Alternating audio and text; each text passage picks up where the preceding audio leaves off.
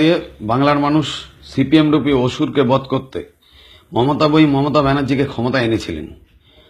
আরও ভালো করে কাজ করার সুযোগ করে দেবার জন্য দ্বিতীয়বার আরও বেশি সংখ্যাগরিষ্ঠতায় ক্ষমতায় ফিরিয়ে এনেছেন। কিন্তু তার প্রতিদান মুখ্যমন্ত্রী মমতা ব্যানার্জি এভাবে দেবেন সেটা কি কখনো ভেবেছিলেন? ক্ষমতায় আসার আগে দিদির কাছে হিন্দু মুসলমান সবাই ছিল ভাই ভাই। গদিতে বসেই দিদির কাছে হিন্দুরা হয়ে গেল হরিদাস, আর মুসলমান হলো আদরের জামাই। এই জামাই আদরের খেসারত দিতেই গোটা বাংলা দাউ দাউ করে জ্বলছে। আর দিদি তারস্বরে চিৎকার করে বলছেন উন্নয়নের প্লাবন চলছে। সরকারের মৌলিক কাজ হলো সবার প্রতি সমদৃষ্টি দিয়ে আইনের শাসন বজায় রাখা। কিন্তু মামাটি মানুষের নেত্রী মমতা ব্যানার্জি, আপনি একই করছেন। যে দুধের শিশুরা প্রাইমারি স্কুলে পড়ে, যারা একটা বিস্কুট, একটা লজেন্স কিংবা কুরকুরের জন্য ভাই বোনের সঙ্গে মারামারি করে, সেই দুধের শিশুদের মধ্যেও বিভেদের বীজ বপন করছেন। আজকে একটা মুসলিম মেয়ে সে 1000 টাকা চেক নিয়ে বাড়ি যাচ্ছে, আর আমার হিন্দু ঘরের মেয়েরা বাড়িতে গিয়ে কান্নাকাটি করে বাবাকে বলছে, বাবা আমিনার বাবা চাকরি করে, ওদের অনেক জমি আছে, ওরা এত বড় লোক মানুষ, ওরা 1000 টাকা চেক পেল, আমি কেন 1 টাকাও পেলাম না? নির্বাক বাবা কোনো উত্তর দিতে পারলেন না। বারবার বাচ্চার জোরাজুরিতে তিনি বললেন, আমি আমিনাদের বাড়িতে কাজ করলেও আমরা যেহেতু হিন্দু হয়ে জন্মেছি, পশ্চিমবাংলায় হিন্দু হয়ে জন্মানোটা অপরাধ, তাই আমরা না খেতে পেয়ে মারা গেলেও মমতা ব্যানার্জি আমাদের কিছু দেবে না, ওরা যত বড়লোকই হোক ওরা সব কিছুই পাবে। আজকে সেই বাচ্চাটি তার বাবাকে বলছে, বাবা আমরা যদি মুসলমান হতাম তাহলে আমরা তো 2 ভাই বোনে 2টো চেক পেতাম, কত ভালো হতো, 2000 টাকা পেতাম আমরা। ভাবুন মমতা ব্যানার্জি, আপনি একজন মুখ্যমন্ত্রী, ওই দুধের শিশুর ভাবনাটাকে আপনি কোথায় নিয়ে যাচ্ছেন? পশ্চিমবাংলাকে কোন ভাগাড়ের দিকে ঠেলে দিচ্ছেন? শুধু প্রাইমারি স্কুল কি, হাই স্কুলে তাকিয়ে দেখুন। হাই স্কুলের ছাত্রছাত্রীরা, সংখ্যালঘু ছাত্রছাত্রীরা 12 থেকে 15,000 টাকা পাচ্ছেন। কলেজে গেলে সংখ্যালঘু ছাত্ররা 38 থেকে 40,000 টাকা পাচ্ছেন। ইউনিভার্সিটিতে ভর্তি হলে 68 থেকে 70,000 টাকা পাচ্ছেন। কিসের টাকা, কেন পাচ্ছেন? যারা পাচ্ছেন তারাও জানেন না, যারা দিচ্ছেন মাস্টারমশাইরা তারাও বলতে পারছেন না।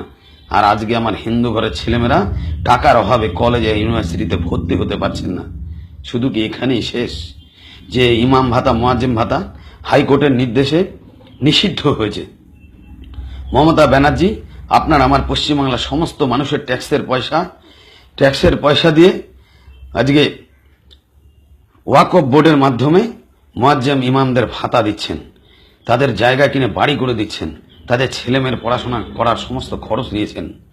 শুধু এখানেই শেষ নয়, আজকে গোটা পশ্চিমবাংলা জুড়ে ইমাম মুয়াজ্জিমরা ভাতা পাবে, বাড়ি পাবে, তাদের ছেলেমেয়েরা পড়াশোনা করবে। আর আমার হিন্দু পুরোহিত, সেবায়িত, গুরু, বৈষ্ণব, মাঝিয়ারাম তারা না খেতে পেয়ে দাঁড়ে দাঁড়ে ভিক্ষা করতে করতে না খেতে পেয়ে মারা যাবে। এ অন্যায় আর কতদিন চলবে? শুধু এখানেই কি শেষ? আজকে তাকিয়ে দেখুন, একদিনে 20,000 মাদ্রাসাকে গ্র্যান্ড করে দেওয়া হলো। হজ হাউস নির্মাণ থেকে শুরু করে আলিয়া বিশ্ববিদ্যালয়, হজ যাত্রীদের সরকারি সাহায্য থেকে শুরু করে একের পর এক কর্মসূচিতে গোটা পশ্চিমবাংলার সমস্ত মুসলমানরা আজকে সমস্ত সুযোগ সুবিধা পাচ্ছেন। মাইনরিটি লোন, গীতাঞ্জলি আবাসন থেকে শুরু করে সমস্ত কাজ করে দেবার পর মুখ্যমন্ত্রী নিজে ঘোষণা করছেন 100% কাজ করে দিয়েছি। কান খুলে শুনে রাখুন মুখ্যমন্ত্রী মমতা ব্যানার্জি, মুসলমানদের কোনো পার্টি নেই, ওদের একটাই পার্টি, সুবিধাভোগী ইসলাম পার্টি। তাই ওরা যেখানেই সুবিধা পায় সেখানেই সুবিধা ভোগ করার জন্য যায়। আর সেই দলের পতাকা আড়ালে ইসলামের কর্তৃত্ব কায়েম করার জন্য তৎপর হয়। কংগ্রেস যখন ক্ষমতায় ছিল সব মুসলমান তখন কংগ্রেস করত। সিপিএম তখন কাফের এবং নাস্তিকের পার্টি ছিল। গরিব মেহনতি হিন্দু আদিবাসীদের লড়াইয়ে সংগ্রামে সিপিএম ক্ষমতায় এলে সমস্ত মুসলমান গিয়ে সিপিএমে ভিড় জমালো। 34 বছর সিপিএম দুধ দিয়ে ধুয়ে দিয়েও মুসলমানদের মন পায়নি। ক্ষীর খাওয়ার জন্য পরিবর্তনের ঝড়ে রাতারাতি ঘাস ফুলের ডালে গিয়ে বসলো। আপনার খাওয়া শেষ হলেই আবার এক নতুন ঠিকানা খুঁজে নেবে।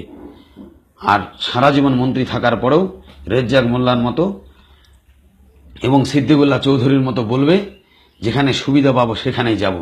সেদিন আপনার পরিণামও আজকের সিপিএমের মতো হবে। কিন্তু আপনি আপনার সংখ্যালঘু ভোট ব্যাংককে রক্ষা করবার জন্য পশ্চিমবাংলাকে যে বিপদের মুখে ঠেলে দিচ্ছেন, সেখান থেকে বাঁচাবে কে? জামাই আদরে মাথায় তুলে নাচার বিষাক্ত ফল ভোগ করতে হবে গোটা বাংলাকে, গোটা বাংলার মানুষকে। হিন্দুরা সহনশীল, তাই সহনশীল হিন্দুরা বিশ্বাস করে যত মত তত পথ। তাই আমার ধর্ম আমার কাছে যতটা শ্রদ্ধার, অন্য ধর্মের প্রতি সম্মান জানানোটাও আমার শিষ্টাচার। তাই হিন্দুরা কখনো সংঘবদ্ধ হয়ে কোনো মুসলমান পাড়ায় আক্রমণ করে না, আগুন লাগায় না, মসজিদে যুগে ভাঙচুর করে না। রাস্তা আটকে বা ঈদগার মাঠে মুসলমানরা যখন সমবেত হয়ে নামাজ পড়ে তখন হিন্দুরা সংঘবদ্ধ হয়ে আক্রমণ করে না। এটা হিন্দুদের সংস্কার। কিন্তু মুসলমানরা কেন কারণে অকারণে দল বেঁধে এসে হিন্দুদের উপরে আক্রমণ করে, বা গ্রামে আগুন লাগিয়ে গ্রামের পর গ্রাম জ্বালিয়ে দেয়, লুটপাট চালায়, হিন্দু সম্পত্তি ধ্বংস করে, হিন্দু মা বোনের ইজ্জত লুণ্ঠন করে, মন্দির ভাঙে, দেবদেবীর মূর্তি লাথি মেরে ভেঙে দেয়। তার জবাব দিতে পারবেন মুখ্যমন্ত্রী? আপনার নামাজ পড়ার পর থেকেই মোল্লাদের তাণ্ডব পশ্চিমবাংলা জুড়ে ক্রমবর্ধমান উল্কা গতিতে বেড়ে চলেছে। আপনি শুধু মুসলমান ভোটের মুখ্যমন্ত্রী হননি,